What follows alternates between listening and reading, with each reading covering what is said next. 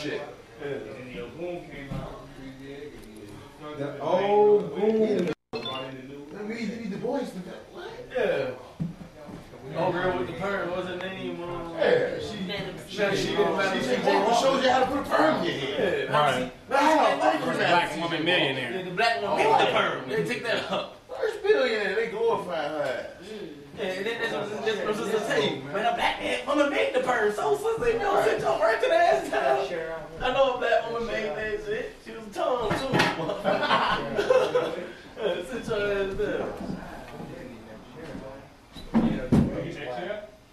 Yeah, you the boy. You know, you want to share it. We got enough chairs, man? Right. Got a web for the boy, huh? I don't hear Web for the boys. He had the right name. Web the boys. And a web for the boy, so you can tangle the damn spike. That chair. I had to get all the blacks. He was trying to send me like hard. Right. Why only your boy, man? I feel like your boy going in the West. Y'all ain't all got to get in the hallway. We got a coliseum here, man. We gotta get it in tonight, man. It's for real. With the energy up. Y'all ain't scared of that energy, man. Everybody in the closet. Y'all trapped. Trapped in there. Yeah. Get out the closet. Can't believe it's a man. Come on. I'll take it. Well, this particular lecture right here is called The Initiation into Self-Realization, which is going to be a really powerful one because there is an initiation into self-realization, especially black conscious self-realization. And the initiation into it is not just us having these meetings and us coming together, you know, speaking or teaching or the dissertations. While that might be a portion of it, the initiation into self-realization is an experience. You initiate it by the circumstances that you attract to yourself based on claiming to be conscious, claiming to be about black empowerment, and coming to know who you are. As soon as you say that within yourself, you now are beginning to attract situations. And them situations in and of themselves will be your initiation into self-realization. Now will be people that will play a role in that process. But those are just actors in your movie. But you have already authored the movie by saying that you're on a path of conscious self-realization. Then we got to ask the individual, well, what does that mean? We got to ask ourselves, what does that mean? Now that I'm going to be on a path of conscious realization, of realizing who I am in black empowerment, what does that mean to me? How is my life going to change? What experience am I going to attract to myself based on the transition of my consciousness?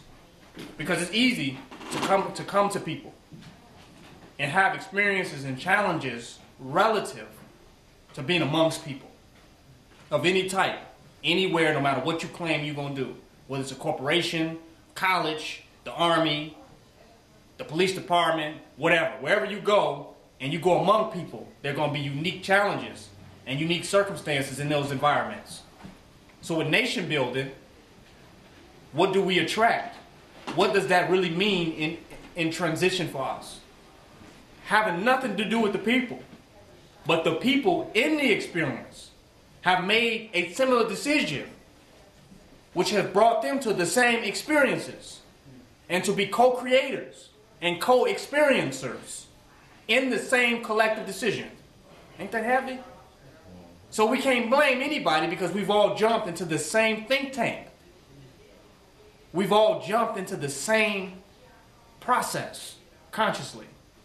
So that means the individuals sitting next to us are in the same process that we're in. The same questions are arriving in their mind. The same challenges.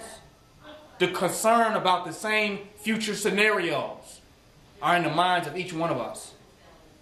And the reaction to those concerns about future scenarios is in the behavior of all of us. All of us. Not just one of us. So when we come together, we're coming together out of a conscious choice to embark upon the path of self-realization. of black empowerment, black supremacy, of black divinity. We've come together out of that. So we're all in the same place because the path is the same for all of us. While we may be at a different place, it might look different. We're all on the same path. Some of us may be further along, but it's an infinite path until you leave this earth. So the distance on the path really don't matter because we all on the same damn path. Y'all follow what I'm saying? So how long ago you're along on the path don't mean nothing because it's a long ass path. Infinite. So the only measurements is path. You feel me? As long as we still here, we don't even know where we at, how far we been made it on the path. We just on the path and look up and see our brothers on the path. So we're all on that same path. And along the roads, we're running into the same scenarios. And I was telling the brother earlier, revolutionaries are made by the path. The moment makes revolutionaries. Not popular, conscious reading material in black bookstores. Not DVDs or eloquent and prolific speakers. The moment produces revolutionaries. While in the moment, those speakers are there. In the moment, those DVDs are there, laying around. In the moment, those books are available. But it's key moments where revolutionaries will be shaped out of the masses of ashes by how they're willing to respond to the challenges and the circumstances that they confront along their path. So it's the circumstances that make revolutionaries. When we realize that, then we become more decisive. Because it's hard to be devoted to somebody else's decisions. No matter who they are. Somebody claim they're a leader or they this, that, and the other. It's challenging to devote yourself to somebody else's decisions. Somebody else's agenda. But when you become decisive and realize your decisions and devote yourself to that, because once you get in the path, cars are moving fast in both directions.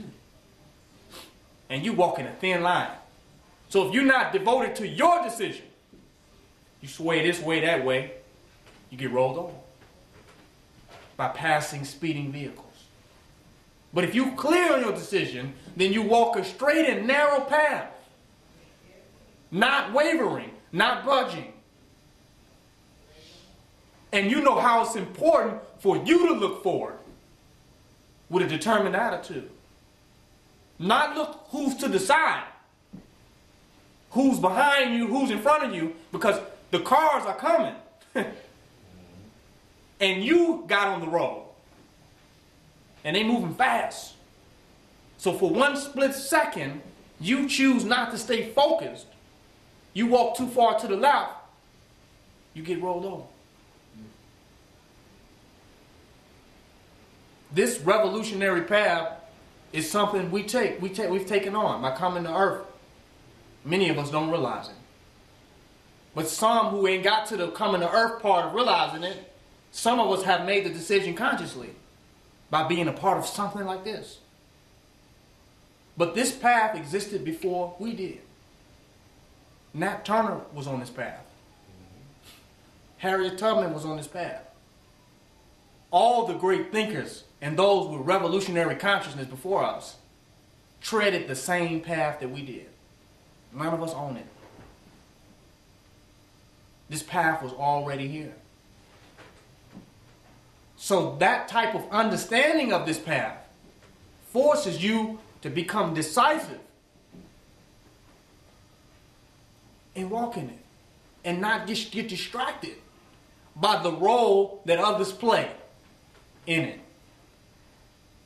Because no matter what role that other people play, you get up in your bed tomorrow morning alone. You'll wake up by yourself. And when you go to sleep at night, you will go to sleep by yourself. No matter who's laying next to you, you still will be sleeping alone. It's a fact. That's a fact. So it doesn't matter the roles. It matters your personal devotion to the decision and the life path and journey that you have taken on. That's one thing I learned in Buddhism. Never begrudge your life's path.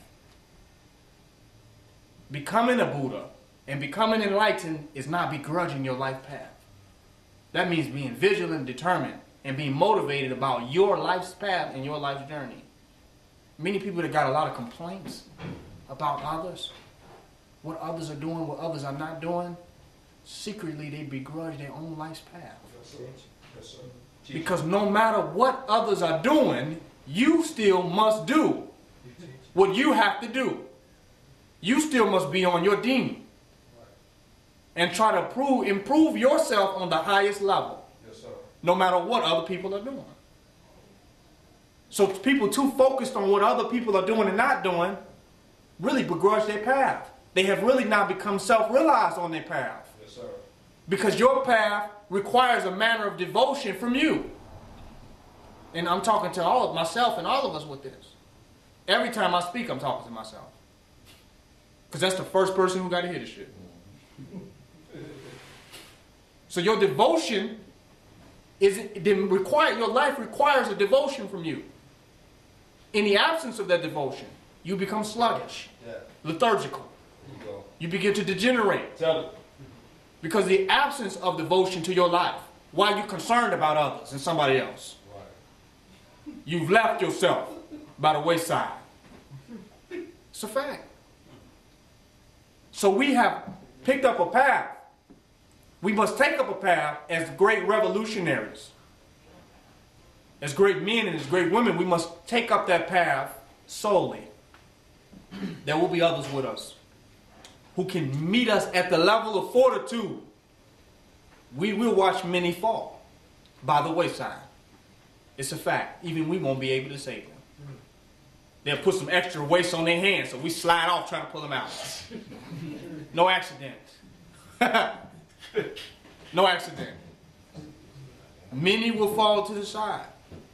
Many thoughts will distract us from our path of what somebody else is doing, not doing, should be doing, looking to others.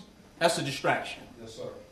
It really is. No matter who they are. Mama, cousin, nephew, wife, husband, mouse.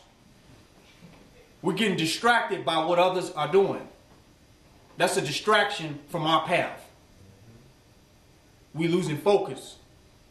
But the more we become focused on our devotion, the more of a God we will become. And we will be transformed by that focus and that devotion. So when you look up, you won't look up to see if somebody else has become somebody else. You won't look up to see what somebody else is doing. You'll look up and see what you have become. And we must become this, irregardless to people's doings or not doings. 5 years from now, we got to be 50 million times greater than we were. In every aspect of our being. And we would not have become that, paying too much attention, becoming too codependent, becoming too attached to what anybody is doing. We'll fall off. We'll fall off very quick. So the initiation into self-realization is to remember your own journey, your own path, and your own personal decisions about what you choose to become. Remember that. On some level, we can motivate others. We can influence other people to do what is right.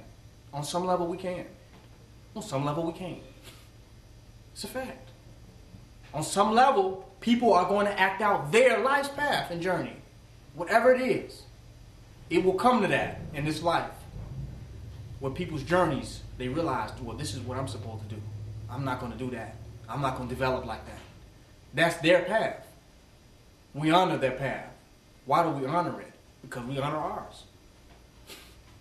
So you cannot honor your own path and your own becoming and dishonor the path and becoming of another.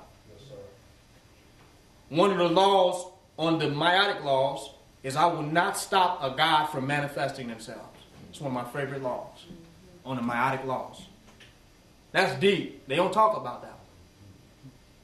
You won't stop a God from manifesting themselves? Whoa. That's a serious law. They didn't put that one in the Ten Commandments. They specifically knew which ones to take. So that means we have to let other people manifest the God that is them without the judgments on them. Because some people need to be a God in a different way. for us to all come together to have a divine experience.